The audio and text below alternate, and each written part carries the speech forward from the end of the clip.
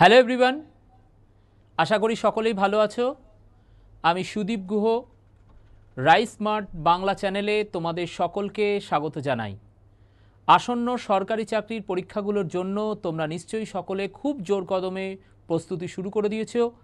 আর তোমাদের এই প্রস্তুতি যাতে আরও জোরদার হতে পারে তার জন্য বিশেষ কিছু গুরুত্বপূর্ণ বিষয় নিয়ে আমরা তোমাদের সামনে আজকে এসেছি। সরকারি চাকরির পরীক্ষায় সাফল্য লাভ করতে গেলে চারটে মেন বিষয়ের ওপর কিন্তু তোমাদের অবশ্যই কিন্তু ফোকাস রাখতে হবে। এই চারটে বিষয় কি? ম্যাথামেটিক্স, ইংলিশ, জেনারেল ইন্টেলিজেন্স এবং জিকে। এই জিকের দুটো সেগমেন্ট হয়, একটা হচ্ছে SOG, that means subject oriented GK, আর আরেকটি হচ্ছে traditional GK and current affairs. এই যে সাবজেক্ট ওরিয়েন্টেড জিকে, সেখানে history, geography, constitution, economics, general science, different subject রয়েছে। তারই একটা অত্যন্ত গুরুত্বপূর্ণ সাবজেক্ট হিস্ট্রি, এবং সেই হিস্ট্রির একটি পার্টিকুলার চ্যাপ্টার নিয়ে আমরা আজকের ক্লাসে ডিসকাস করব। আশা করি তোমাদের আগামী দিনের যে সমস্ত পরীক্ষাগুলো তোমরা দিতে চলেছো সেখানে এই টপিকটির ওপর তোমরা কোশ্চেন কমন পাবে এবং তোমাদের সাফল্য পেতে আমরা তোমাদেরকে হেল্প করতে পারবো। তো প্রথমেই বলে রাখি যে যদি আমরা হিস্ট্রির সিলেবাসটাকে যদি দেখি, তাহলে ইন্ডিয়ান হিস্ট্রিটাকে আমরা তিনটে মডুলে ডিভাইড করতে পারি। একটা হচ্ছে অ্যানশিয়েন্ট ইন্ডিয়ান হিস্ট্রি, একটা মিডিয়েভাল ইন্ডিয়ান হিস্ট্রি এবং আরেকটি হচ্ছে মডার্ন ইন্ডিয়ান হিস্ট্রি। তবে সরকারি চাকরির পরীক্ষা দিতে গেলে এইভাবে তোমরা তিনটে সেগমেন্ট দেখো না, তোমরা যেটা দেখতে পাও সেটা হচ্ছে Indian history and the special emphasis of Indian national movement. তো আজকে আমরা ইন্ডিয়ান হিস্ট্রির একটা অত্যন্ত গুরুত্বপূর্ণ টপিক নিয়ে ডিসকাশন করব। ডিসকাশনে যাওয়ার আগে কতগুলো গুরুত্বপূর্ণ তথ্য একটু বলে রাখি। সেটা হচ্ছে WBCS food, SI, WBCS miscellaneous, WBP, KP, SSC, MTS, এই বিভিন্ন ধরনের পরীক্ষাগুলোতেই কিন্তু আজকের ক্লাসের টপিকটা অত্যন্ত গুরুত্বপূর্ণ। তাই প্রত্যেককেই বলছি, সেন্ট্রাল অ্যান্ড স্টেট লেভেলের যে ধরনের পরীক্ষাগুলোকে তোমরা টার্গেট করে এগোচ্ছ, সেই প্রত্যেকটা পরীক্ষার ক্ষেত্রেই কিন্তু এই টপিকটা অত্যন্ত গুরুত্বপূর্ণ। তাই অবশ্যই কিন্তু টপিকটার উপর সবাই একটু ফোকাস রেখো। চলো, ফুড, SI, WBP, KP এই ধরনের পরীক্ষাগুলোতে যথাযথ তথ্য পেতে গেলে কিভাবে তোমরা তোমাদের সাকসেসটাকে রিচ করতে পারবে, কিভাবে তোমরা তোমাদের ড্রিমটাকে কমপ্লিট করতে পারবে, তার জন্য কিন্তু একটা প্রপার গাইডলাইন্স দরকার। আর সেই প্রপার গাইডলাইন্স পেতে গেলে রাইস এডুকেশন, রাইস স্মার্ট একটা অত্যন্ত নির্ভরযোগ্য গুরুত্বপূর্ণ প্রতিষ্ঠান। এবং এখানে যদি তোমাদের আগামী দিনে সাফল্য পেতে গেলে যে সমস্ত জরুরি তথ্যগুলো দরকার, সেই তথ্যগুলো জানতে গেলে একটি হেল্পলাইন নাম্বার দেওয়া রয়েছে। এই হেল্পলাইন নাম্বারে তোমরা কল করতে পারো। আমি এই হেল্পলাইন নাম্বারটা তোমাদের বলে দিচ্ছি। দেখো, 03366203574। I repeat again, 03366203574। এই নাম্বারে তোমরা কল করতে পারো। আমাদের মেন্টার সেকশনে যারা রয়েছেন তারা তোমাদের অবশ্যই কিন্তু হেল্প করবেন, তোমাদের প্রপার গাইডলাইন্স দিয়ে দেবেন যে কিভাবে তোমরা আগামী দিনে তোমাদের স্বপ্ন পূরণ করার পথে এগোতে পারো। ওকে, তো চলো শুরু করা যাক। আমাদের আজকের ক্লাসের গুরুত্বপূর্ণ যে টপিকটি বাছা হয়েছে সেটি অ্যানশিয়েন্ট ইন্ডিয়ান হিস্ট্রির একটি মূল্যবান টপিক, যার নাম হচ্ছে বৈদিক সিভিলাইজেশন। তোমরা যারা অলরেডি বিভিন্ন ধরনের পরীক্ষা দিয়েছো তারা জানো যে এই বৈদিক সিভিলাইজেশনের ওপর অনেক ধরনের প্রশ্ন এসেছে, এবং আশা করি আগামী দিনগুলোতেও এই টপিকটাকে যদি আমরা প্রপার অ্যানালিসিস করতে পারি এবং তার সঙ্গে ইম্পর্টেন্ট কোশ্চেনগুলোকে ডিসকাস করে দিই, তাহলে কিন্তু তোমরা কোশ্চেন কমন অবশ্যই পাবে। ওকে, তো চলো শুরু করা যাক আমরা টপিকটাকে কিভাবে অ্যানালিসিস করতে পারি। দেখো, আমাদের এখানে টপিকটার নাম আমরা বলেছি কি না, বৈদিক সিভিলাইজেশন। এই যে আমরা বৈদিক সিভিলাইজেশন দেখছি, এই বৈদিক সিভিলাইজেশনের কিন্তু দুটো আলাদা আলাদা সেগমেন্ট হয়। এবার প্রশ্ন হচ্ছে, সেই দুটো আলাদা আলাদা সেগমেন্ট কি না, একটাকে আমরা বলতে পারি আর্লি বৈদিক পিরিয়ড, অর্থাৎ আমরা একটা ফেজকে লিখছি এখানে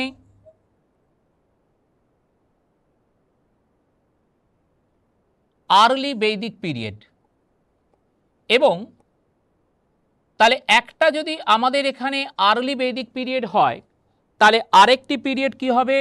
আরেকটি পিরিয়ড হচ্ছে লেটার বৈদিক পিরিয়ড।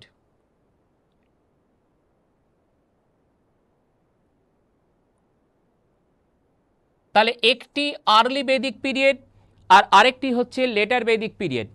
এবার স্টুডেন্টসের মনে একটা কোয়ারিজ তৈরি হবে যে স্যার কেন আর্লি, কেন লেটার? যদি আমরা একটা সভ্যতায় আগের এবং পরের দুটো পার্টের মধ্যে কোনো রকম ডিস্টেন্স দেখতে পাই, ডিফারেন্স দেখতে পাই, তখন আমরা সেটাকে কিন্তু এরকম আর্লি এবং লেটার এই দুটো সেপারেট মডিউলে ডিভাইড করতে পারি। ওকে, এবার আমাদের দেখতে হবে যদি আর্লি বৈদিক পিরিয়ডই বলে থাকি আর লেটার বৈদিক পিরিয়ডই বলে থাকি, তাহলে তার অ্যাপ্রক্স টাইম পিরিয়ড কেন? আমি অ্যাপ্রক্স কথাটা কেন ইউজ করছি? কারণ ইতিহাস এমন একটা সাবজেক্ট যাকে কিন্তু কোনো যুগ সন্ধিক্ষণে বেঁধে রাখাটা খুব একটা সমীচীন নয়। তবুও কম্পিটিটিভ এক্সামসের প্রস্তুতি নিতে গেলে আমাদের সাল ওয়াইজ, ডাটা ওয়াইজ পড়াশুনো করতে হয়, তাই এখানে কিন্তু আমাদের অ্যাপ্রক্স হলেও সেই টাইম স্প্যানটাকে হাইলাইট করতে হবে। তো আমরা যদি বলি আর্লি বৈদিক পিরিয়ডের টাইম স্প্যান কত, না আর্লি বৈদিক পিরিয়ডে যে টাইম স্প্যান আমরা দেখতে পাচ্ছি সেটা হচ্ছে 1500 BC to 1000 BC, অর্থাৎ 1500 BC থেকে 1000 BC, এটা হচ্ছে আমার আর্লি বৈদিক পিরিয়ডের টাইম পিরিয়ড। তাহলে এটা যদি আর্লি বৈদিক পিরিয়ডের টাইম পিরিয়ড হয়, তাহলে আমাদের লেটার বৈদিক পিরিয়ডের টাইম পিরিয়ডটা তাহলে কত হবে? আমাদের লেটার বৈদিক পিরিয়ডের টাইম পিরিয়ডটা তাহলে হচ্ছে 1000 BC to 600 BC। তার মানে যদি আমরা টোটাল বৈদিক সিভিলাইজেশনের টাইম পিরিয়ড দেখি, তাহলে টোটাল বৈদিক সিভিলাইজেশনের টাইম পিরিয়ড দাঁড়াচ্ছে 1500 BC টু 600 BC। ওকে, তো এই গোটা পার্টটাকে আমরা দুটো সেপারেট পার্টে ডিভাইড করেছি। ডিভাইড এই কারণে করেছি কারণ নিশ্চয়ই কোনো এখানে ডিস্টেন্স রয়েছে, কোনো ডিফারেন্স রয়েছে। আমরা সেই ডিস্টেন্স অ্যান্ড ডিফারেন্সগুলোতে আসব একটু পরে। তার আগে আমাদের দেখতে হবে যখন আমরা বলছি বৈদিক সিভিলাইজেশন, তো এই বৈদিক সিভিলাইজেশনটা কাদেরকে বেস করে গড়ে উঠছে? না, বৈদিক সিভিলাইজেশনটা যদি আমরা দেখি, তাহলে বৈদিক সিভিলাইজেশন বেস করছে দুটো পার্টের ওপরে। এখানে যদি আমরা দেখি, এখানে ফার্স্ট আমরা দেখব সেটা হচ্ছে আরিয়ান, অর্থাৎ এই আর্য কথাটা এখানে কিন্তু খুব গুরুত্বপূর্ণ, এবং এই আর্য সভ্যতাই হচ্ছে আমাদের এখানে এই বৈদিক সিভিলাইজেশন বা বৈদিক সভ্যতা। তাহলে এখন এই আর্য কারা এবং তাদের আদি বাসভূমি কী ছিল সেটা নিয়ে কিন্তু একটা কনফিউশন থাকে, একটা ডাউটস থাকে, একটা ডিবেটস থাকে। তো সেই ডাউটস ডিবেটস কি সেগুলোতে আমরা আসব। সবার আগে যদি আমরা দেখি আরিয়ানটাকে ডিসকাস করতে চাই, তাহলে আমাদের দুটো কোশ্চেনের কিন্তু সলিউশন করতে হচ্ছে। একটা কোশ্চেন আমাদের এখানে হচ্ছে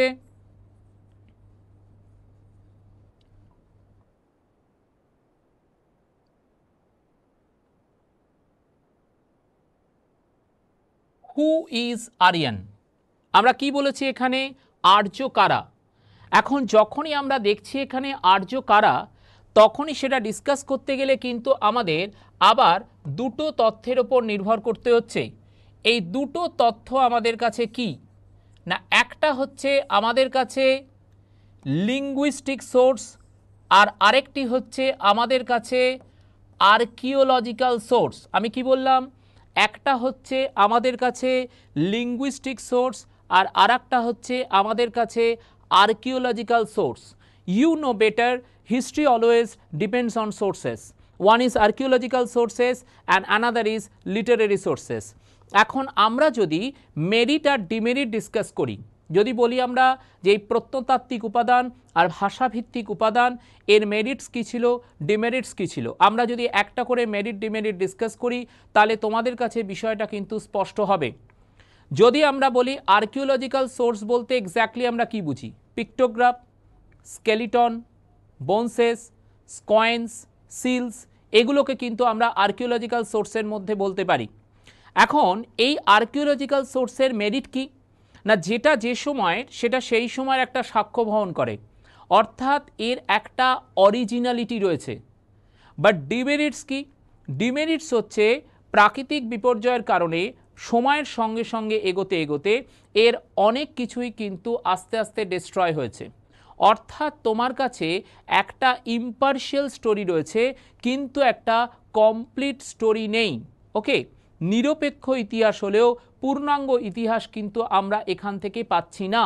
তখন আমাদের ডিপেন্ড করতে হয় কার ওপর, তখন আমাদের ডিপেন্ড করতে হয় লিখিত উপাদানের ওপর। এবার এই লিখিত উপাদানের মেরিট কি না, লিখিত উপাদান থেকে কোনো একটা সময়কালে সামাজিক, অর্থনৈতিক, রাজনৈতিক, ধর্মীয় জীবন সম্পর্কে আমরা কিন্তু একটা ডিটেলস পার্ট দেখতে পাই। কিন্তু ডিমেরিটসটা কোথায় না, ডিমেরিটস হচ্ছে যে এর নিরপেক্ষতা নিয়ে কিন্তু একটা প্রশ্নচিহ্ন থেকেই যায়। যদি আমরা একটা এক্সাম্পল দিয়ে বলি তাহলে তোমাদের কাছে কিন্তু বিষয়টা ক্লিয়ার হবে। তোমরা সবাই হয়তো আকবরের নাম শুনেছ এবং সেই আকবরের রাজত্বকালে নবরত্ন ছিল। সেই নবরত্নের মধ্যে একজন গুরুত্বপূর্ণ ব্যক্তি ছিলেন কে না, আবুল ফজল। আবুল ফজলের লেখা একটি গুরুত্বপূর্ণ বই ছিল কি, আইন-ই আকবরী। এখন ওই আইন-ই আকবরী যদি আমরা দেখি বইটা, তাহলে আমরা দেখব সেই বইতে আবুল ফজল আকবর সম্পর্কে সমস্ত ইতিবাচক কথা লিখেছেন, সব কিছু পজিটিভ দেখিয়েছেন। তাহলে কি এটা আমরা ধরে নেব যে আকবরের মধ্যে কোনো নেগেটিভ জিনিস ছিল না? এটা তো সম্ভব নয়, কারণ পজিটিভ এবং নেগেটিভ দুটো নিয়েই কিন্তু মানুষ হয়। তার মানে নেগেটিভ দিকগুলো গোপন করা হলো মানে তার মানে আমরা এখানে ধরে নিচ্ছি যে এখানে ইতিহাসটা নিরপেক্ষ নয়। তাই ইতিহাসের নিরপেক্ষতা পেতে গেলে তোমাদের ডিপেন্ড করতে হবে আর্কিওলজিক্যাল সোর্সের ওপর, আর ইতিহাসের পূর্ণাঙ্গতা পেতে গেলে তোমাকে ডিপেন্ড করতে হবে লিঙ্গুইস্টিক সোর্সের ওপর। That means both are important. Linguistic এবং আর্কিওলজিক্যাল দুটো সোর্সই কিন্তু আমাদের ইতিহাস জানার ক্ষেত্রে অত্যন্ত অত্যন্ত গুরুত্বপূর্ণ হিস্টোরিক্যাল সোর্সেস। ওকে, এবার আমরা যেটা দেখব সেটা হচ্ছে যে আর্কিওলজিস্টদের বক্তব্য কী ছিল আর যারা লিঙ্গুইস্টিক তারা বক্তব্য কী ছিল, এই দুটোর মধ্যে ডিফারেন্স কী সেটা আমাদের দেখে নিতে হবে। কেমন? তো যদি আমরা আর্কিওলজিস্ট দেখি, দেখো আর্কিওলজিস্টদের মধ্যে আমরা এখানে তিনটে নাম পাচ্ছি। এই তিনটে নাম কি আমাদের আর্কিওলজিস্টদের মধ্যে? প্রথম নামটি হচ্ছে জে.সি. পিচার্ড, নেক্সট হচ্ছে ল্যাসেন, আর তারপরে যে নামটা পাচ্ছি সেটি হচ্ছে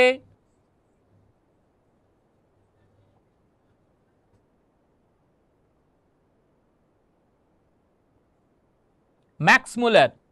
তাহলে দেখো আমরা এখানে তিনটে নাম পেয়েছি, একটি হচ্ছে J C. Prichard, Lassen and Max Muller. এই যে জে.সি. পিচার্ড, ল্যাসেন এবং ম্যাক্স মুলার, এদের বক্তব্য হচ্ছে আর্য মানে হচ্ছে একটা ভবঘুরে শ্রেণী, যারা যখন যেখানে যায় তখনই তারা তাদের সংস্কৃতির একটা করে ছাপ রাখতে রাখতে যায়, এদেরকে বলা হচ্ছে কি না আর্য। অন্যদিকে যদি আমরা লিঙ্গুইস্টিক সোর্সটা দেখি, এই লিঙ্গুইস্টিক সোর্সে কিন্তু আবার আমরা এখানে তিনজন পার্সোনালিটির নাম পাচ্ছি। এই তিনজন পার্সোনালিটি কে যদি আমরা সেটা দেখি, এই তিনজন পার্সোনালিটি হচ্ছেন সসেটি, নেক্সট হচ্ছে জোন্স, আর নেক্সট হচ্ছে ম্যাক্স মুলার।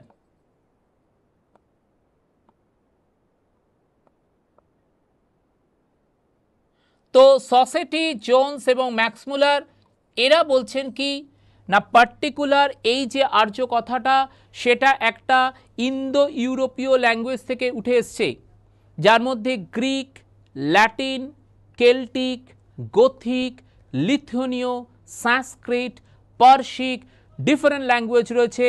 এই ল্যাঙ্গুয়েজগুলোর মধ্যে যে ভাষায় কথা বলবে তাকে বলা হচ্ছে কি আর্য। অর্থাৎ আমাদের কাছে প্রত্নতাত্ত্বিক উপাদানও রয়েছে, আমাদের কাছে ভাষাভিত্তিক উপাদানও রয়েছে। তার মানে আর্য বলতে একদিকে যেমন একটি যাযাবর শ্রেণী, সেরকম আর্য বলতে অন্যদিকে একটি বিশেষ ভাষায় কথা বলা শ্রেণী। That's why you and me, we are not confirm that we are Aryans or non Aryans. আমরা এখনও নিশ্চিতভাবে বলতে পারি না যে আমরা আর্য না অনার্য। আর্য মানে একটা জাতিগোষ্ঠীও হতে পারে, আর্য মানে একটা ভাষাগোষ্ঠীও হতে পারে। ওকে, আশা করি বিষয়টা তোমাদের কাছে ক্লিয়ার হয়েছে, কারণ অনেকগুলো কোশ্চেন কিন্তু আমরা এখান থেকে দেখে নিতে পাচ্ছি। প্রচুর কোশ্চেন্স কিন্তু এখানে ঢুকে রয়েছে। প্রত্যেকটা পার্সোনালিটি দিয়ে বলতে পারে যে এটা আর্যরা জাতিগোষ্ঠীর ক্ষেত্রে না ভাষাগোষ্ঠীর ক্ষেত্রে কে কোনটাকে বলেছেন, বা ম্যাচ দ্য ফলোয়িংও কিন্তু এখানে আসতে পারে। ওকে, নাও এবার আমাদের কি বলেছি সেকেন্ড কোশ্চেন, যেটা আমাদের সেকেন্ড কোশ্চেনটা কি হবে? আমাদের সেকেন্ড কোশ্চেন যেটা হবে সেটা হচ্ছে অরিজিনাল হোমল্যান্ড অফ আরিয়ান্স। এখানে আমরা দেখতে পাচ্ছি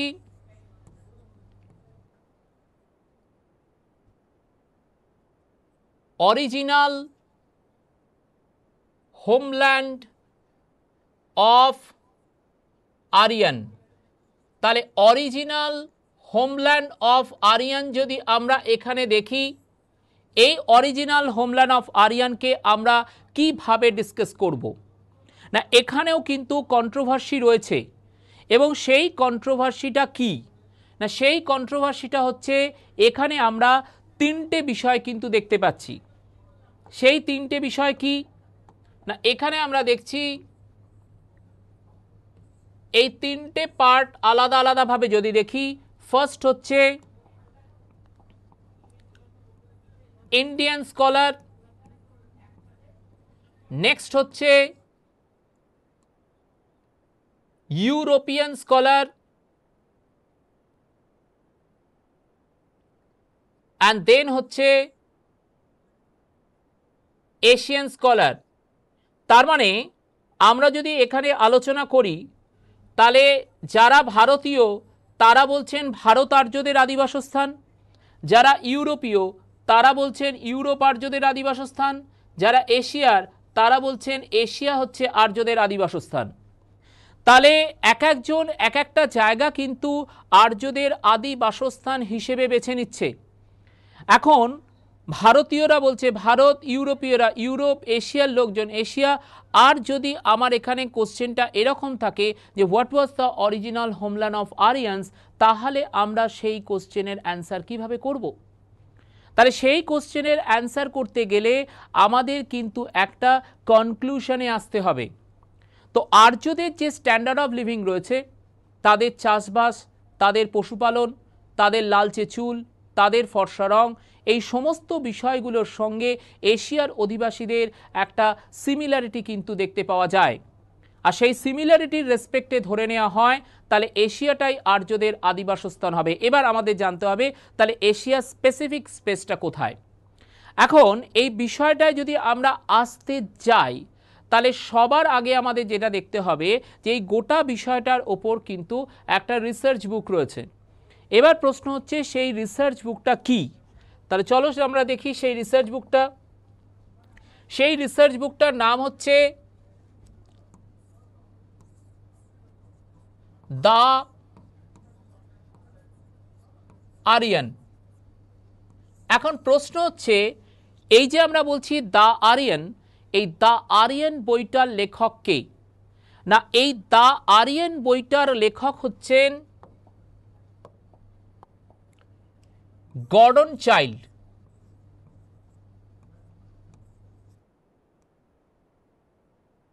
অর্থাৎ গর্ডন চাইল্ডের বই হচ্ছে দ্য আরিয়ান, যেটা পাবলিশড হয়েছে 1926-এ। তাহলে 1926 সালে গর্ডন চাইল্ডের বই দ্য আরিয়ান পাবলিশড হচ্ছে এবং এই বইটায় গর্ডন চাইল্ড লিঙ্গুইস্টিক সোর্সের ওপর বেস করে দেখানোর চেষ্টা করেছেন আর্যদের আদিবাসস্থান কোথায়, এবং ওই সিমিলারিটিগুলোর ওপর বেস করে তিনি বলেছেন যে সেন্ট্রাল এশিয়ার কিরগিজ স্টেপি নামক জায়গাটা হচ্ছে আর্যদের আদিবাসস্থান। তাহলে যদি আমরা একটা কনক্লুশনে আসতে পাই প্রবাবিলিটির ওপর বেস করে, তাহলে সেই জায়গাটা কি না, সেই জায়গাটা হচ্ছে সেন্ট্রাল এশিয়ার কিরগিজ স্টেপি, অর্থাৎ সেন্ট্রাল এশিয়ার কিরগিজ স্টেপি নামক স্থানটি হচ্ছে আর্যদের আদিবাসস্থান। কার অভিমত অনুযায়ী? গর্ডন চাইল্ডের অভিমত অনুযায়ী। কবে বইটা প্রকাশিত হয়েছে? 1926 সালে। বইটির নাম কি? দ্য আরিয়ান। তাহলে আমরা অনেকগুলো সোর্স কিন্তু একসঙ্গে ক্লিয়ার করে নিতে পারলাম, কারণ এই সোর্সগুলোর ওপর কিন্তু তোমাদের পরীক্ষায় প্রশ্ন এসেছে এবং আগামী দিনে আসার যথেষ্ট সম্ভাবনা রয়েছে। এবার আমি যে জায়গাটায় তোমাদের যাব সেটা হচ্ছে, আমি ক্লাসের শুরুতেই বলেছি যে এই বৈদিক সিভিলাইজেশনকে দুটো আলাদা আলাদা সেপারেট পার্টে ডিভাইড করা হয়েছে। একটা হচ্ছে আর্লি বেদিক পিরিয়ড আর আরেকটা হচ্ছে লেটার বেদিক পিরিয়ড। তাহলে আর্লি বেদিক পিরিয়ড আর লেটার বেদিক পিরিয়ড যদি আমরা বলেই থাকি, তাহলে তোমাদের মনে এই প্রশ্ন তৈরি হবে যেটাকে আমরা আর্লি আর লেটার দুটো সেপারেট পার্টে ভাগ করলাম কেন? যদি ডিফারেন্স থাকে তবেই আমরা এটাকে ভাগ করব। তো সেই ডিফারেন্সগুলো কি? আমরা যদি আর্লি বেদিক পিরিয়ডে আমরা যদি সামাজিক পার্টটা দেখি, প্রথমে সামাজিক পার্টটা পুরো বৈদিক সিভিলাইজেশনটা প্যাট্রিয়ার্কিক্যাল, পিতৃতান্ত্রিক ছিল, পুরুষতান্ত্রিক ছিল। কিন্তু আর্লি বেদিক পিরিয়ডে মহিলাদের কিছু স্বাধীনতা ছিল। লেটার বেদিক পিরিয়ডে কিন্তু সেই স্বাধীনতাগুলো আস্তে আস্তে কমে যাচ্ছে। কীরকম স্বাধীনতা? না, আর্লি বেদিক পিরিয়ডে মহিলাদের প্রপার্টি রাইট ছিল। ধরো একজন পিতার 4টে সন্তান, 2টি ছেলে 2টি মেয়ে, যদি তিনি তার সম্পত্তিটা কারুর নামে না করে রেখে দিয়ে মারা যান, তাহলে সেই প্রপার্টিটা ইকুয়ালি ডিস্ট্রিবিউট হতো। কিন্তু পরবর্তীকালে সেই সম্পত্তির ভাগ পেতেন শুধুমাত্র কিন্তু ছেলেরা। সেকেন্ড থিং কি? আর্লি বেদিক পিরিয়ডে মহিলারা মন্দিরে পূজা করতে পারতেন, কিন্তু পরবর্তী বৈদিক যুগে মন্দিরে পুজো করার অধিকার একমাত্র এবং একমাত্র ব্রাহ্মণ পুরুষের। থার্ড থিং, আর্লি বেদিক পিরিয়ডে মহিলারা বেদ পাঠ করতে পারতেন, কিন্তু পরবর্তী বৈদিক যুগে বেদ পাঠ করার অধিকার একমাত্র ব্রাহ্মণ পুরুষের। অ্যান্ড ফোর্থ থিং, আর্লি বেদিক পিরিয়ডে মহিলারা তাদের হাজব্যান্ড চুজ করতে পারতেন, কিন্তু লেটার বেদিক পিরিয়ডে হাজব্যান্ড চুজ করার পুরো রাইট পরিবারের ওপর ছিল। কার মানে বিবাহটা পুরোটা পরিবার কেন্দ্রিক হয়ে পড়েছিল। তাহলে এখান থেকে যদি একটা প্রশ্ন আসে নয়, প্রশ্নটা এসেছে, changing the status of woman from early Vedic period to later Vedic period. আমি কি বললাম? Changing the status of woman from early Vedic period to later Vedic period. এখন অনেকগুলো অপশান থাকবে রিমেন সেম থাকবে, মুভ আপওয়ার্ড থাকবে, ডিক্লাইন থাকবে, ক্যান নট বি ডিটারমাইন থাকবে। তাহলে মাই ডিয়ার স্টুডেন্টস, এখান থেকে খুব ইজিলি আমরা অ্যান্সার বার করব কি? ডিক্লাইন, কারণ ডিটোরিয়েট হয়েছে সিচুয়েশনটা। বোঝা গেছে? এটা হচ্ছে আমাদের সোশ্যাল ডিস্টেন্স অ্যান্ড ডিফারেন্স। আমরা যদি পলিটিক্যাল পার্টে আসি, তাহলে পলিটিক্যাল পার্টে এলে আমরা দেখতে পাবো এই যে early Vedic period and later Vedic period, এখানে যে রাজতন্ত্র ছিল সেই রাজতন্ত্রটা আগে কীরকম ছিল, পরে কীরকম আসছে। আগে যে রাজতন্ত্র ছিল সেটা কিন্তু ছিল নির্বাচিত রাজতন্ত্র, কিন্তু পরবর্তী পর্যায়ে যে রাজতন্ত্র আসছে সেটা কিন্তু হয়ে যাচ্ছে বংশানুক্রমিক রাজতন্ত্র। তাহলে এই যে আমরা বলছি নির্বাচিত রাজতন্ত্র, পরে হচ্ছে বংশানুক্রমিক রাজতন্ত্র। তাহলে নির্বাচিত রাজতন্ত্র মানে কি না, আর্যরা যখন ভারতে আসছেন তখন তারা বেশ কতগুলো গোষ্ঠীতে বিভক্ত ছিল, তো তার মধ্যে থেকে একজনকে রাজা নির্বাচন করা হচ্ছে। তাহলে যাকে রাজা নির্বাচন করা হচ্ছে সে নিশ্চয়ই সর্বোচ্চ ক্ষমতার অধিকারী নয়। তাহলে তাকে যদি তার ক্ষমতায় বেঁধে রাখতে হয়, তাহলে তার চারধারে আবার বিভিন্ন লোককে ঢোকাতে হবে। তো তাদেরকে আমরা কি বলতে পারি? তার মানে যখনই ইলেক্টেড মনার্কি তখনই তার কিন্তু একটা স্ট্রাকচার থাকবে। এবার সেই স্ট্রাকচারটা কি, সেই স্ট্রাকচারটা আমরা একটু দেখে নিই। যদি আমরা স্ট্রাকচারটা দেখতে যাই তাহলে একদম এখানে কর্নারে দেখে নাও তোমরা, আমরা এখানে চারটে ডিভিশন করছি, north, south, east and West. কি কি বললাম? North, south, east, West. এখন নর্থ, সাউথ, ইস্ট, ওয়েস্ট যখনই আমরা বলছি তখনই আমাদের জানতে হবে ইস্টার্ন জোনে কে রয়েছেন, নর্থে কে রয়েছেন, ওয়েস্টে কে রয়েছেন এবং সাউথে কে রয়েছেন। কেমন? তো চলো দেখি আমরা যদি দেখি ইস্টে কে রয়েছেন, না ইস্টে আছেন সম্রাট, ওয়েস্টে আছেন শুভরাট, নর্থে আছেন বিরাট, আর সাউথে আছেন ভোজ। তাহলে আমরা কিন্তু এখানে চারটে আলাদা আলাদা সেপারেট সেগমেন্ট দেখতে পেলাম। কীরকম? যদি আমরা ধরি ইস্টে কি আছে, ইস্টে হচ্ছে সম্রাট, ওয়েস্টে কি আছে, ওয়েস্টে হচ্ছে শুভরাট, নর্থে কি আছে, নর্থে হচ্ছে বিরাট, আর সাউথে হচ্ছে ভোজ। তাহলে নর্থ, সাউথ, ইস্ট, ওয়েস্ট আমরা দেখে নিলাম। এবার প্রশ্ন হচ্ছে তাহলে সেন্ট্রালে কে আছে, না সেন্ট্রালে যিনি আছেন তাকে বলা হচ্ছে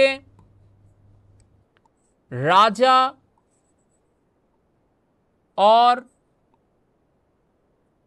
রাজন। তার মানে সেন্ট্রালে আমরা যাকে দেখতে পাচ্ছি তাকে আমরা এখানে বলছি রাজা और রাজন, রাজা और রাজন। ওকে, তাহলে দেখো মাই ডিয়ার স্টুডেন্টস, আমরা কিন্তু এখানে এই যে আর্লি বেদিক পিরিয়ডে যে মনার্কিক্যাল স্ট্রাকচার ছিল সেই স্ট্রাকচারটা ডিসকাস করতে গিয়ে কিন্তু পাঁচখানা কোশ্চেনকে কিন্তু বার করে ফেললাম। যদি তোমার প্রশ্ন আসে ইস্টার্ন প্রভিন্সের সুপারহেডকে কি বলা হতো, তোমরা কি বলবে? সম্রাট।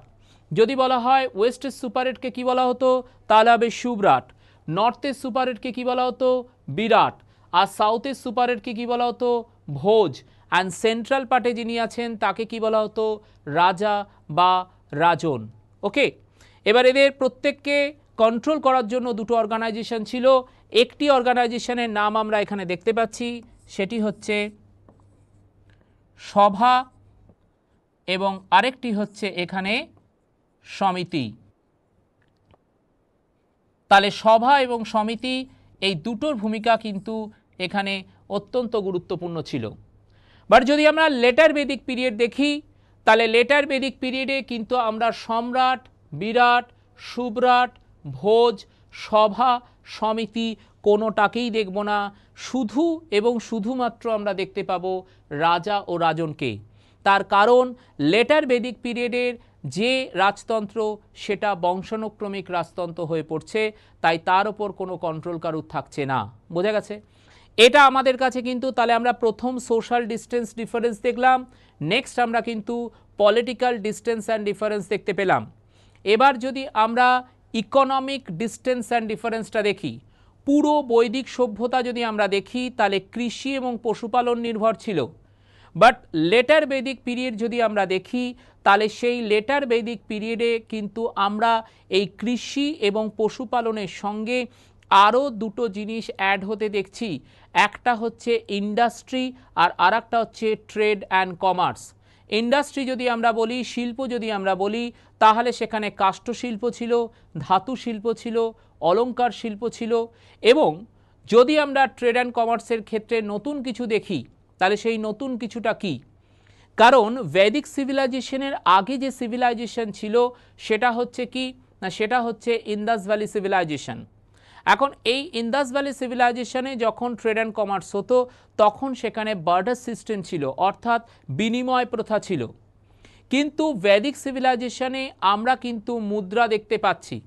অর্থাৎ যদি তোমাদের ইনস্ক্রিপশন অ্যান্ড কয়েনেজ এই পার্টটা নিয়ে পড়তে হয় তাহলে তোমরা দেখতে পাবে যে যদি আমরা মুদ্রার উদ্ভব কোন সময় থেকে দেখি ভারতবর্ষে, তাহলে কিন্তু সেটা আমরা বৈদিক সিভিলাইজেশনকে ধরব। মনা, নিষ্কো, কৃষ্পল, শতনাম বিভিন্ন ধরনের মুদ্রা কিন্তু ছিল। যদিও সেগুলো নিয়ে অনেক রকমের ডাউটস আছে, অনেক রকমের ডিবেটস আছে যে আদৌ সেগুলো মুদ্রা ছিল কিনা না ধাতুর খণ্ড ছিল, কনফিউশন তো রয়েছে। তবুও সেই কনফিউশনের মধ্যে থেকে অনেক আর্কিওলজিস্টই কিন্তু সেটিকে মুদ্রা হিসেবে আমাদের সামনে তুলে ধরেছেন। তাই আর্কিওলজিস্টের চোখে চোখ রেখে ইতিহাসকে যেহেতু আমাদের জানতে হচ্ছে, তাই জন্য আমরা বলবো যে ভেদিক সিভিলাইজেশনে কিন্তু কয়েনেজের প্রথম অরিজিন আমরা দেখতে পাচ্ছি। নেক্সট আমরা যদি দেখি, আমরা যদি সোশ্যাল স্ট্রাকচারের একটা গুরুত্বপূর্ণ পার্টে আসি, তাহলে সেটা হচ্ছে কি না চতুরাশ্রম প্রথা। তো চতুরাশ্রম যদি আমরা দেখি, 4টে আশ্রম ছিল। ব্রহ্মচর্য ছিল, গার্হস্থ ছিল, বানপ্রস্থ ছিল এবং সন্ন্যাস ছিল। এখন ব্রহ্মচর্য কি? ব্রহ্মচর্য হচ্ছে গুরুগৃহে গিয়ে শিক্ষালাভ করা, অর্থাৎ টিচিং লাইফ। গার্হস্থ কি? গার্হস্থ হচ্ছে বিবাহ করে সংসার জীবন পালন করা। বানপ্রস্থ কি? বানপ্রস্থ মানে হচ্ছে আমাদের প্রত্যেকের জীবনে 4টে স্টেজ রয়েছে: কৈশোর, যৌবন, পৌর, বার্ধক্য। এই যে পৌরত্ব, রিটায়ার্ড লাইফ, তীর্থভ্রমণে যায়, তার মানে সংসারের ভেতরে থেকেই যখন সাংসারিক চিন্তাভাবনার থেকে ঈশ্বরকে বেশি প্রায়োরিটি দিচ্ছে, তখন সেটাকে বলা হচ্ছে কি বানপ্রস্থ। আর সন্ন্যাস কি? যখন সংসার দশাটাকেই ত্যাগ করে দিয়ে সে নিরালায় চলে গেছেন পরম সত্যের অন্বেষণে, অ্যাবসলিউট ট্রুথ কি সেটাকে জানার জন্য, তখন সেটাকে বলা হচ্ছে সন্ন্যাস। এবার বেদকে আমরা 4টে ভাগে ভাগ করতে দেখি: ঋগ্বেদ, সামাবেদ, যজুর্বেদ অ্যান্ড অথর্ববেদ। এই প্রত্যেকটা বেদকে কিন্তু আবার 4টে করে পার্টে ভাগ করা হচ্ছে। সেই 4টে পার্ট কি? সংহিতা, ব্রাহ্মণ, আরণ্যক অ্যান্ড উপনিষদ। তাহলে যদি আমরা বলি সংহিতা কি? সংহিতা হচ্ছে কালেকশন অফ হাইমস, ছন্দে রচিত মন্ত্র, অর্থাৎ মন্ত্রটাকে ছন্দের মাধ্যমে ঈশ্বরের কাছে শ্রুতিমধুর করে পাঠানোর যে পাঠ, সেটাকে বলা হচ্ছে কি সংহিতা। নেক্সট হচ্ছে কি ব্রাহ্মণস। ব্রাহ্মণস হচ্ছে কি না বুক অফ রিচুয়ালিজম। এই যে আচার বিচার নিয়ম কানুন, এগুলো সব কোথায় রয়েছে না ব্রাহ্মণসে। নেক্সট হচ্ছে কি না নেক্সট হচ্ছে আরণ্যক। আরণ্যক কি? আমরা যে চতুরাশ্রম দেখলাম, সেই চতুরাশ্রমের লাস্ট স্টেজ কি ছিল না চতুরাশ্রমের লাস্ট স্টেজ যেটা ছিল সেটা হচ্ছে সন্ন্যাস। অর্থাৎ একটা নির্দিষ্ট টাইমের পর আর্য বৃদ্ধ যখন সংসার ত্যাগ করে অরণ্যে চলে যাচ্ছেন পরম সত্যের অন্বেষণে, তখন সেটাকে বলা হচ্ছে Aranyaka, first route of salvation. আর নাও নেক্সট যেটা, সেটা হচ্ছে উপনিষদ। উপনিষদকে আমরা বলতে পারি কি না Upanishad is the book of philosophy, অর্থাৎ দর্শনের একটি পুস্তিকা হচ্ছে কি না উপনিষদ। তো আমরা যদি বৈদিক সিভিলাইজেশনকে ফোকাস করতে চাই, তাহলে কিন্তু যে তথ্যগুলো তোমাদের সামনে প্রথমে আমি ডিসকাস করলাম, এই তথ্যগুলোকে কিন্তু তোমাদের মনে রাখতে হবে, কারণ এই তথ্যগুলোর ওপর কিন্তু, এগুলো খুব কমন তথ্য, কারণ এগুলোর ওপর কিন্তু বেস করেই বিভিন্ন ধরনের কোশ্চেনকে তোমরা ফেস করতে পারবে। সবসময় মাথায় রাখো, একটা স্টোরি কিন্তু তোমাদের কাছে ক্লিয়ার রাখতে হবে, কারণ ব্যাক অফ দ্য মাইন্ডে যদি তোমাদের কাছে স্টোরিটা ক্লিয়ার থাকে, তবেই কিন্তু তোমাদের পক্ষে বিভিন্ন ধরনের প্রশ্নের অ্যান্সার করাটা পসিবল হবে। তো এবার আমরা আলোচনায় আসবো সেটা হচ্ছে পার্টিকুলার এই টপিকের ওপর আমরা কি ধরনের প্রশ্ন ফেস করতে পারি বা ফেস করে এসেছি। ওকে, চলো দেখা যাক সেগুলোতে।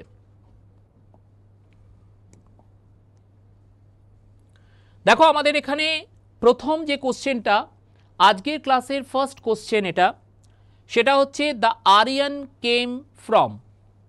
এখন দ্য আরিয়ান কেম ফ্রম, এখানে অপশান কি কি রয়েছে? অপশান রয়েছে টিবেট আছে, কাশ্মীর আছে, সেন্ট্রাল এশিয়া রয়েছে, আর তুর্কিস্তান রয়েছে। আমি যখন টপিকটা ডিসকাস করছিলাম, তখন টপিক ডিসকাশনের সময় আমি বলেছিলাম যে অরিজিনাল হোমল্যান্ড অফ আরিয়ান্স নিয়ে কিন্তু বিভিন্ন ধরনের প্রশ্ন থাকে। তো দেখো, আমাদের প্রথম প্রশ্নটাই কিন্তু অরিজিনাল হোমল্যান্ড অফ আরিয়ান্সের ওপর থেকেই এসছে, যে আর্যরা বেসিক্যালি কোথা থেকে এসেছিলেন।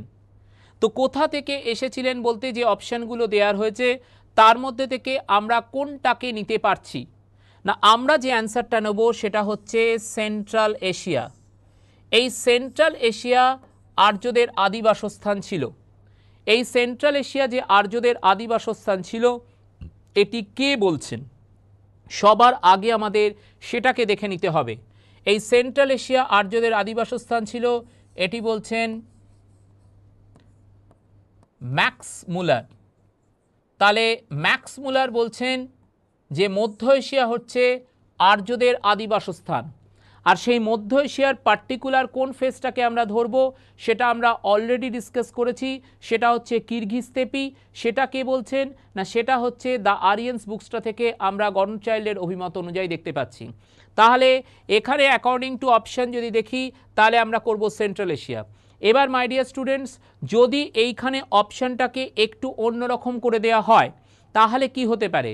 ধরো এখানে যে অপশানগুলো রয়েছে সেখানে সেন্ট্রাল এশিয়াটাও রয়েছে, আবার কিরগিজ স্টেপিটাও রয়েছে, তাহলে অ্যান্সার কি হবে? তাহলে কিন্তু সেন্ট্রাল এশিয়া হবে না, তখন হবে কিরগিজ স্টেপি। কারণ স্পেসিফিক লোকেশনটা যদি দিয়ে দেয় তাহলে আমাকে সেটাকেই কিন্তু অ্যান্সার করতে হবে। ক্লিয়ার? চলে আসি আমরা আমাদের কোশ্চেন নাম্বার সেকেন্ডে। আমাদের কোশ্চেন নাম্বার সেকেন্ডে কি আছে দেখো, which one of the following tribal assemblies was normally involved in the election of the tribal chief? আমি একটু আগে তোমাদের বলেছিলাম যে এই যে আর্লি বৈদিক পিরিয়ডে সেখানে কিন্তু ইলেকশন ছিল। দেখো যা যা ডিসকাস করা হয়েছে তার ওপর বেস করেই কিন্তু কোশ্চেনগুলো, আর এই যে প্রশ্নগুলো এগুলো কিন্তু কোনো না কোনো পরীক্ষায় কখনো না কখনো এসেছে। তো তার মানে আমি বলেছিলাম সেখানে দুটো অর্গানাইজেশনের নাম বলেছিলাম, একটি হচ্ছে সভা আর একটি হচ্ছে সমিতি। তো ইলেকশন মেথডে সবচেয়ে গুরুত্বপূর্ণ ভূমিকায় যে অর্গানাইজেশনটি ছিল সেটি হচ্ছে সমিতি। তাহলে এখানে যে অপশানগুলো রয়েছে, সমিতি রয়েছে, সভা রয়েছে, গণ রয়েছে, বিধাতা রয়েছে। তার মানে আমাদের এখানে অ্যান্সার কি তাহলে দাঁড়াবে? আমাদের এখানে অ্যান্সার দাঁড়াচ্ছে সমিতি। তার মানে সমিতির ভূমিকা ছিল এখানে গুরুত্বপূর্ণ, যেটা অলরেডি আমরা টপিক ডিসকাশনের সময় বলেছিলাম যে চারটে যে সেগমেন্ট রয়েছে নর্থ, সাউথ, ইস্ট, ওয়েস্টে, এবং তাদের এবং সেন্ট্রালে রয়েছে রাজা ও রাজন, এদেরকে নির্বাচনের ক্ষেত্রে দুটো অর্গানাইজেশন সভা এবং সমিতি। ইলেকশন মেথডে সবচেয়ে গুরুত্বপূর্ণ ভূমিকায় যে অর্গানাইজেশনটি ছিল তার নাম হচ্ছে কি না সমিতি। ওকে, তো চলে আসি আমরা আমাদের আজকের ক্লাসের নেক্সট কোশ্চেন। আমাদের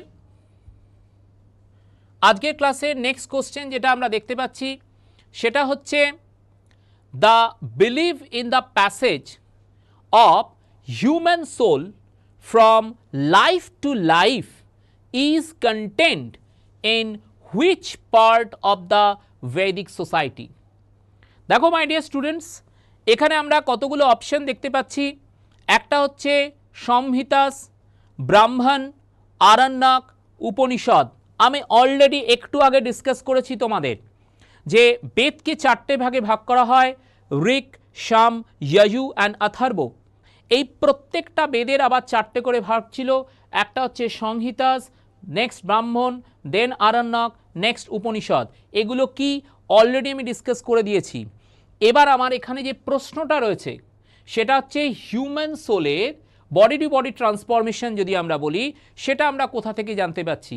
সেটা আমরা জানতে পাচ্ছি কোথা থেকে না, সেটা হচ্ছে উপনিষদ থেকে। কেন উপনিষদ থেকে? আমরা বলেছি উপনিষদকে না, Upanishad is a book of philosophy, যেখানে দুটো বিষয়ের কথা রয়েছে। একটা হচ্ছে কর্মফল আর আরেকটা হচ্ছে জন্মান্তরবাদ। এখন প্রশ্ন হচ্ছে এই কর্মফল কি আর জন্মান্তরবাদ কি?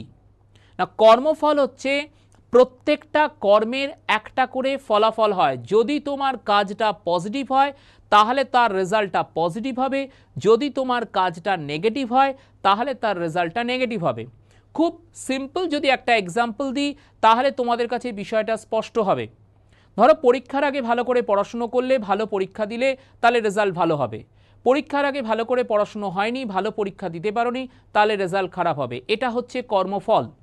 কিন্তু জন্মান্তরবাদ কি, যার ওপর আমাদের এই কোশ্চেনটা দাঁড়িয়ে রয়েছে, সেটা হচ্ছে আমাদের প্রত্যেকের জীবনে কোন জিনিসটা সবচেয়ে যদি আমরা বলি ইম্পর্ট্যান্ট, তাহলে সেই জিনিসটা কি?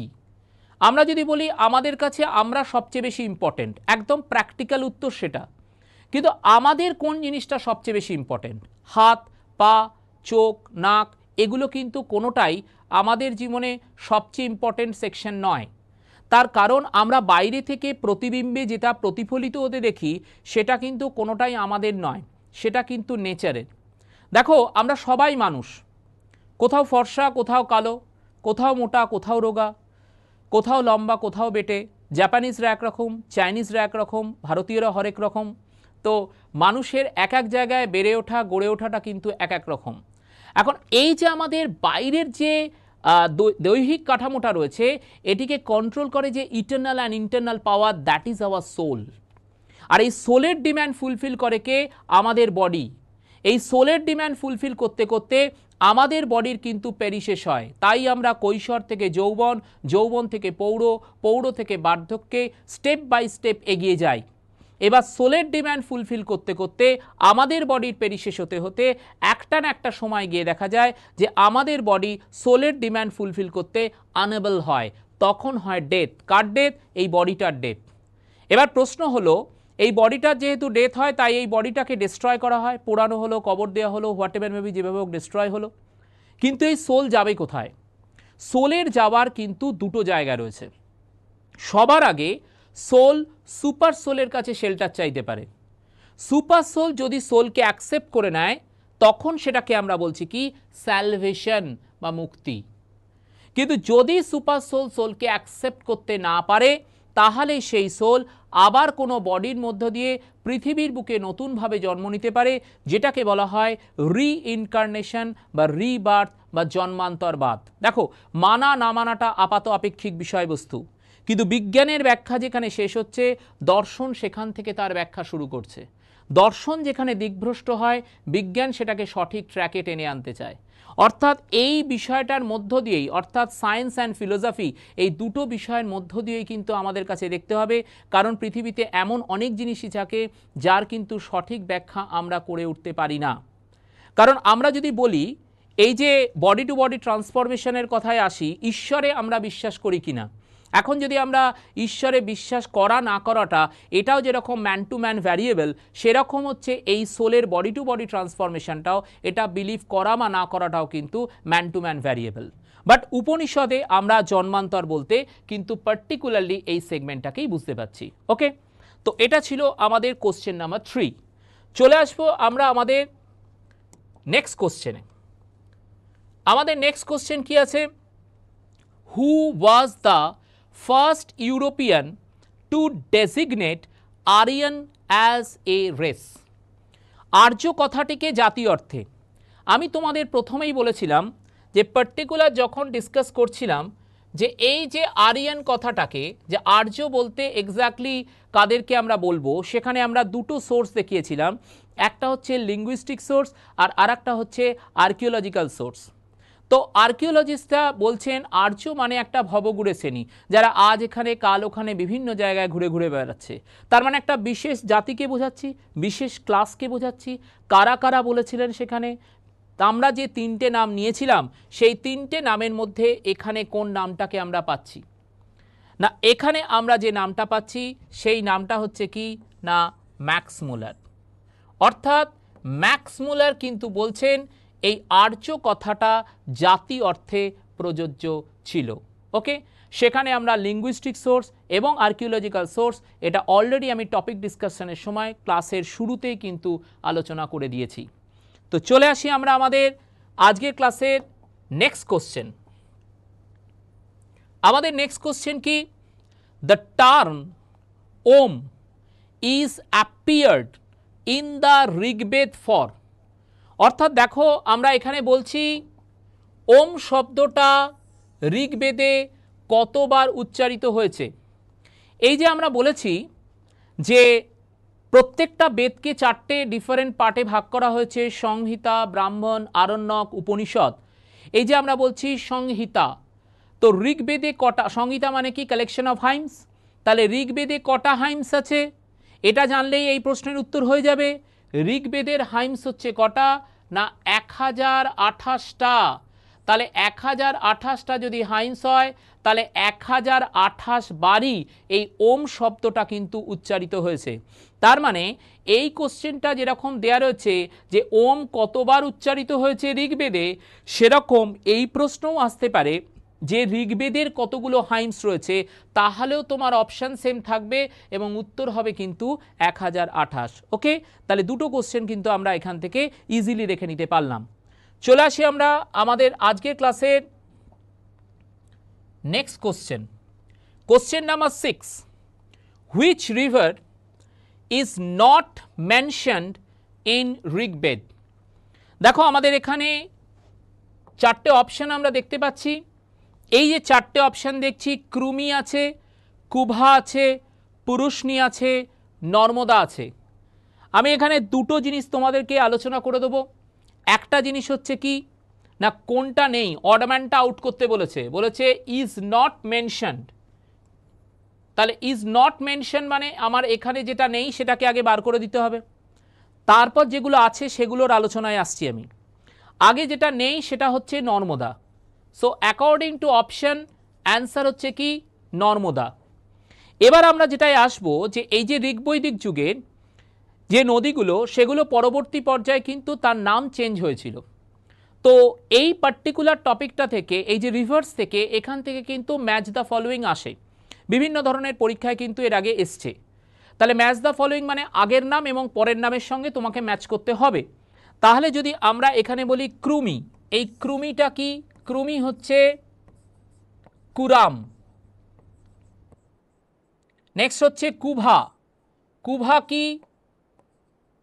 কাবুল, কাবুল।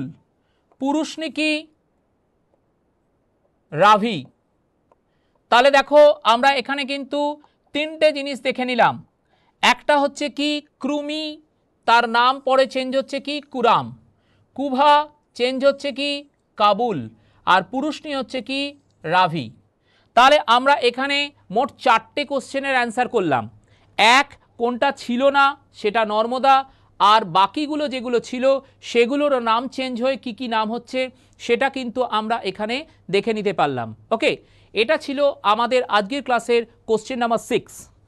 এবার আমরা আসবো আমাদের আজকের ক্লাসের নেক্সট কোশ্চেনে। আমাদের নেক্সট কোশ্চেন কি আছে? Unmarried girl in Rigvedic age was called.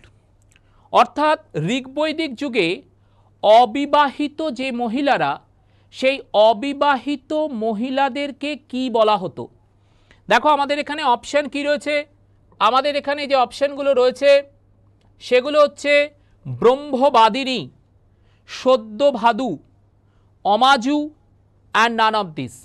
তো আগে আমি যেটা কোশ্চেন, সেই কোশ্চেনের যেটা অ্যান্সার হওয়া উচিত আগে সেটা বলে দিই। কোশ্চেন অনুযায়ী অ্যান্সার যেটা, সেটা হচ্ছে অমাজু। অমাজু হচ্ছে অবিবাহিত মহিলাকে বলা হচ্ছে কি না অমাজু। এবার মাই ডিয়ার স্টুডেন্টস, আমি যেটায় আসবো সেটা কি না, সেটা হচ্ছে এই যে ব্রহ্মবাদিনী ও সদ্যভাদু, এরা কারা? ব্রহ্মবাদিনী হচ্ছেন তারা যারা সারা জীবন বেদ অধ্যয়ন করেন। অর্থাৎ সারা জীবন বেদ অধ্যয়ন করেন যে মহিলারা, তাদেরকে বলা হচ্ছে কি ব্রহ্মবাদিনী। এভাবেও প্রশ্ন আসতে পারে। আর সদ্যভাদু হচ্ছেন সেই মহিলা যারা উপনয়নের পর বিবাহ এবং তারপর বেদ অধ্যয়ন শুরু করছেন, তাদেরকে বলা হচ্ছে কি সদ্যভাদু। তাহলে যারা সারা জীবন বেদ অধ্যয়ন করেন তারা ব্রহ্মবাদিনী, যারা উপনয়ন, তারপর বিবাহ এবং তারপর বেদ অধ্যয়ন করছেন তারা হচ্ছেন সদ্যভাদু, আর যারা অবিবাহিত মহিলা তারা হচ্ছেন অমাজু। কোশ্চেন নাম্বার 7এও আমরা কিন্তু তিনখানা প্রশ্ন একসঙ্গে বার করে নিতে পারলাম। আশা করি তোমরা বুঝতে পেরেছ। চলে আসি আমরা আমাদের আজকের ক্লাসের নেক্সট কোশ্চেন। আমাদের আজকের ক্লাসের নেক্সট কোশ্চেন কি? In Rigvedic the word grama signifies. অর্থাৎ গ্রাম কথাটা ঋগ্বৈদিক যুগে ঠিক কোন অর্থে প্রযোজ্য হচ্ছে? তো আমরা এখানে অপশান কি কি পাচ্ছি দেখি। অপশান আছে গৃহপতি আছে, জন আছে, গ্রুপ অফ ফ্যামিলি আছে, গ্রামনি আছে। এখানেও কিন্তু আমরা চারখানা প্রশ্নের উত্তর বার করব। চারটে প্রশ্ন কিভাবে? প্রথম আগে কোশ্চেন যেটা রয়েছে, এই যে গ্রাম শব্দটা আমরা দেখছি সেটা কোন ক্ষেত্রে প্রযোজ্য? সেটা হচ্ছে গ্রুপ অফ ফ্যামিলি, অর্থাৎ গ্রুপ অফ ফ্যামিলির ক্ষেত্রে আমরা বলছি কি গ্রাম। হয়ে গেল। এবার বাকি যে তিনটে রয়েছে গৃহপতি, জন এবং গ্রামণী, এগুলোকে কি বলা হচ্ছে? আমরা যদি এখানে গৃহপতিটা দেখি তাহলে গৃহপতি মানে কি না হেড অফ দ্য ফ্যামিলি, অর্থাৎ হেড অফ দ্য ফ্যামিলিকে কি বলা হচ্ছে না গৃহপতি। জন কি? জন হচ্ছে ট্রাইব, অর্থাৎ ট্রাইব সেকশনটাকে বলা হচ্ছে কি না জন। আর গ্রামণী কি? গ্রামণী হচ্ছে head of the gram, head of the গ্রাম।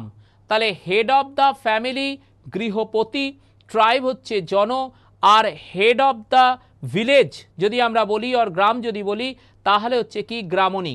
আর এখানে গ্রাম শব্দটা যে ক্ষেত্রে প্রযোজ্য সেটা হচ্ছে গ্রুপ অফ ফ্যামিলি। তাহলে হেড অফ ভিলেজ গ্রামণী, ট্রাইব হচ্ছে জন, হেড অফ দ্য ফ্যামিলি হচ্ছে গৃহপতি, অ্যান্ড গ্রাম হচ্ছে গ্রুপ অফ ফ্যামিলি। তাহলে চারটে প্রশ্নের উত্তর কিন্তু আমরা এখানে বার করে নিতে পারলাম। ওকে, এবার চলে আসবো আমরা আজকের ক্লাসের নেক্সট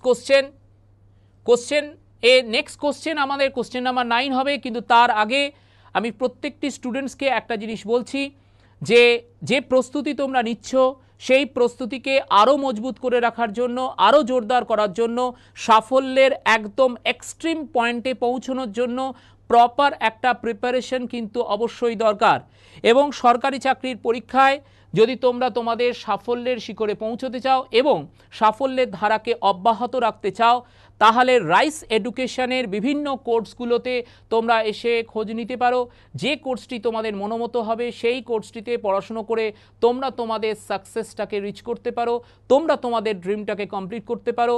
এবং সেই খোঁজ নিতে গেলে যে হেল্পলাইন নাম্বার এখানে দেয়া রয়েছে আমি একবার প্রত্যেককে বলে দিচ্ছি 03366203574। I repeat again 03366203574। এই নাম্বারে তোমরা ফোন করতে পারো। এই নাম্বারে ফোন করলে আমাদের মেন্টর সেকশনে যারা রয়েছেন তারা অবশ্যই তোমাদের প্রপার গাইডলাইন্স দিয়ে দেবেন যে কিভাবে কোন কোর্সে পড়াশুনো করলে তোমরা তোমাদের জীবনের স্বপ্ন পূরণ করতে পারবে। তাহলে চলে আসি আমরা আমাদের আজকের ক্লাসের নেক্সট কোশ্চেনে। আমাদের আজকের ক্লাসের কোশ্চেন নাম্বার 9 কি আছে? Who among the following scholar declared that Sapta Sindhu region was the homeland of Aryans. আবার সেই অরিজিনাল হোমল্যান্ডস, এখান থেকে কিন্তু অনেক প্রশ্ন পরীক্ষায় আসে। এখানেও একটি প্রশ্ন আমরা দেখতে পাচ্ছি। সেই প্রশ্নটি কি না সেই প্রশ্নটি হচ্ছে এই যে সপ্ত সিন্ধু রিজিয়ন, তার মানে আমি তোমাদেরকে বলেছিলাম যে ভারতীয়রা বলছেন ভারত, ইউরোপীয়রা বলছেন ইউরোপ, এশিয়ার লোকজন বলছে এশিয়া। তাহলে ভারতের কোন কোন জায়গা, ইউরোপের কোন কোন জায়গা, এশিয়ার কোন কোন জায়গা, এগুলো যদি তোমাদের জানা থাকে তবেই কিন্তু একমাত্র এই ধরনের কোশ্চেনের অ্যান্সার তোমরা করতে পারবে। তাহলে দেখো আমরা এখানে বলেছি সপ্ত সিন্ধু, সপ্ত সিন্ধু আর্যদের আদিবাসস্থান, এটি কে বলছেন না এই সপ্ত সিন্ধু আর্যদের আদিবাসস্থান এটি বলছেন A.C. দাস, A.C. দাস। তাহলে সপ্ত সিন্ধু যদি আর্যদের আদিবাসস্থান A.C. দাস বলেন, এখানেও কিন্তু আমি চারটে কোশ্চেনের উত্তর তোমাদের সামনে ক্লিয়ার করে দিচ্ছি। আগামী দিনগুলোতে কিন্তু কোশ্চেন কমন পেতে সুবিধে হবে। সপ্ত সিন্ধু A.C. দাস যদি হয় তাহলে রাজবলি পাণ্ডে কি বলছেন না রাজবলি পাণ্ডে বলছেন সেন্ট্রাল ইন্ডিয়া, অর্থাৎ মধ্য ভারতটি আর্যদের আদিবাসস্থান, এটি কে বলছেন না রাজবলি পাণ্ডে। এলডি কাল্লা কি বলছেন? এলডি কাল্লা বলছেন কাশ্মীর হচ্ছেন এলডি কাল্লা বলছেন। আর নেক্সট লক্ষ্মীধর শাস্ত্রী বলছেন হিমালয়ান ফুটহিলস হচ্ছে আর্যদের আদিবাসস্থান অ্যাকর্ডিং টু লক্ষ্মীধর শাস্ত্রী। তার মানে আমরা এখানে আবার চারটে কোশ্চেনের অ্যান্সার কিন্তু একসঙ্গে বার করে নিতে পারলাম। ওকে, চলে আসি আমরা আমাদের আজকের ক্লাসের নেক্সট কোশ্চেনে। আমাদের আজকের ক্লাসে নেক্সট কোশ্চেন হচ্ছে, হু among the following scholar declared that Germany was the original homeland of Aryans. তাহলে জার্মানি আর্যদের আদিবাসস্থান, এটি কে বলেছিলেন? তাহলে এখানেও আমাদের চারটে অপশান দেওয়া রয়েছে, জাইলস দেওয়া রয়েছে, পেনকা দেওয়া রয়েছে, নেহেরিং দেওয়া রয়েছে, ব্র্যান্ডেনস্টাইন দেওয়া রয়েছে। মাই ডিয়ার স্টুডেন্টস, এখানেও কিন্তু আমরা চারটে কোশ্চেনের অ্যান্সার কিন্তু বার করে নিতে পারবো এবং খুব ইজিলি পারবো। তাহলে আমাদের এখানে যে কোশ্চেনটা রয়েছে সেই কোশ্চেনে কি বলা হয়েছে? জার্মানি। তাহলে জার্মানি আর্যদের আদিবাসস্থান কে বলেছিলেন? অ্যাকর্ডিং টু অপশন হচ্ছে পেনকা। অ্যাকর্ডিং টু অপশন হচ্ছে পেনকা। তাহলে পেনকা বলছেন জার্মানি। তাহলে জার্মানি যদি পেনকা বলেন, তাহলে জাইলস কি বলছেন? জাইলস বলছেন হাঙ্গেরি। ইউরোপের হাঙ্গেরি হচ্ছে আর্যদের আদিবাসস্থান, কে বলছেন? জাইলস। নেহেরিং কি বলছেন? Southern Russia. নেহেরিং বলছেন সাউদার্ন রাশিয়া হচ্ছে আর্যদের আদিবাসস্থান। অ্যান্ড ব্র্যান্ডেনস্টেইন বলছেন স্টেপি। স্টেপি নামক জায়গাটি হচ্ছে আর্যদের আদিবাসস্থান। সো আই রিপিট এগেন, আমি আরেকবার রিপিট করে দিচ্ছি। অ্যাকর্ডিং টু অপশন জার্মানি আর্যদের আদিবাসস্থান হচ্ছে পেনকা, জাইলস বলছেন হাঙ্গেরি, নেহেরিং বলছেন সাউদার্ন রাশিয়া, অ্যান্ড ব্র্যান্ডেনস্টেইন বলছেন স্টেপি। তাহলে আবার কিন্তু আমরা একটা কোশ্চেন থেকে চারটে কোশ্চেনের অ্যান্সার কিন্তু বার করে নিতে পারলাম। ওকে, চলে আসি আমরা আমাদের আজকের ক্লাসের নেক্সট কোশ্চেন। আমাদের আজকের ক্লাসের next question, question number 11, what does the word Veda means? Veda কথাটার অর্থ কি? দেখো এখানে চারটে অপশান দেওয়া রয়েছে, নলেজ দেওয়া রয়েছে, উইজডম দেওয়া রয়েছে, স্কিল দেওয়া রয়েছে, পাওয়ার দেওয়া রয়েছে। তাহলে এই যে চারটে অপশান আমরা দেখতে পাচ্ছি, এই চারটে অপশানের মধ্যে থেকে কোনটা আমাদের এখানে অ্যান্সার হবে? না, বেদ কথাটার অর্থ হচ্ছে নলেজ, জ্ঞান। এখন এই বেদ কথাটার অর্থ নলেজ, কিন্তু বেদ কথাটা এসেছে কোথা থেকে? এসেছে হচ্ছে বিদ থেকে। এই বিদ থেকে আসছে কি? বেদ। এখন বিদ মানে কি? বিদ মানে হচ্ছে অপৌরুষেয়, মানে যা মানব সৃষ্ট নয়, ঈশ্বর প্রদেয়, তাকে বলা হয় বিদ। আর সেই বিদ থেকে আসছে বেদ, যার অর্থ হচ্ছে জ্ঞান বা নলেজ। ওকে, তো এটা ছিল আমাদের আজকের ক্লাসের কোশ্চেন নাম্বার 11। আমরা চলে আসব আমাদের আজকের ক্লাসের নেক্সট কোশ্চেনে, কোশ্চেন নাম্বার 12। কোশ্চেন নাম্বার 12-এ কি বলা হয়েছে? The origin of Indian music can be traced to which of the following Veda? তো বৈদিক সংগীতাস আমরা বলেছি, তো কোন বৈদিক সংগীতাসে বা কোন বেদে আমরা এই ইন্ডিয়ান মিউজিক, এই শাস্ত্রীয় সঙ্গীত, তার উত্থান আমরা দেখতে পাচ্ছি? ঋগ্বেদ আছে, সামাবেদ আছে, যজুর্বেদ আছে, অথর্ববেদ আছে। আর অ্যাকর্ডিং টু অপশন আমাদের এখানে অ্যান্সার হচ্ছে কি? না, সামাবেদ। এই যে সামাবেদ, সেখানে কিন্তু আমরা ইন্ডিয়ান মিউজিকের উত্থান দেখতে পাই। অর্থাৎ ভারতীয় সঙ্গীতের যদি উদ্ভব কোন বেদে হয়, তাহলে সেই অ্যান্সার হবে কি? না, সামবেদ। এটা ছিল আমাদের আজকের ক্লাসের কোশ্চেন নাম্বার 12। চলে আসি আমরা আমাদের নেক্সট কোশ্চেন। আমাদের নেক্সট কোশ্চেন হচ্ছে, which one of the following Vedas contain sacrificial formulae? অর্থাৎ স্যাক্রিফিশিয়াল ফর্মুলি কোন বেদে দেখতে পাওয়া গেছে? আমরা যে অপশনগুলো দেখছি সেখানে দেখো, সামাবেদ আছে, ঋগ্বেদ আছে, যজুর্বেদ আছে, অ্যান্ড অথর্ববেদ আছে। অ্যান্ড অ্যাকর্ডিং টু অপশন যে অ্যান্সারটি আমরা করব, সেই অ্যান্সারটি কি? এই যে স্যাক্রিফিশিয়াল ফর্মুলি, সেটা হচ্ছে যজুর্বেদ।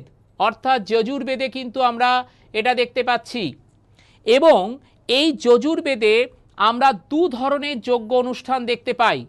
সেই দু ধরনের যজ্ঞ অনুষ্ঠানটা কি? একটা হচ্ছে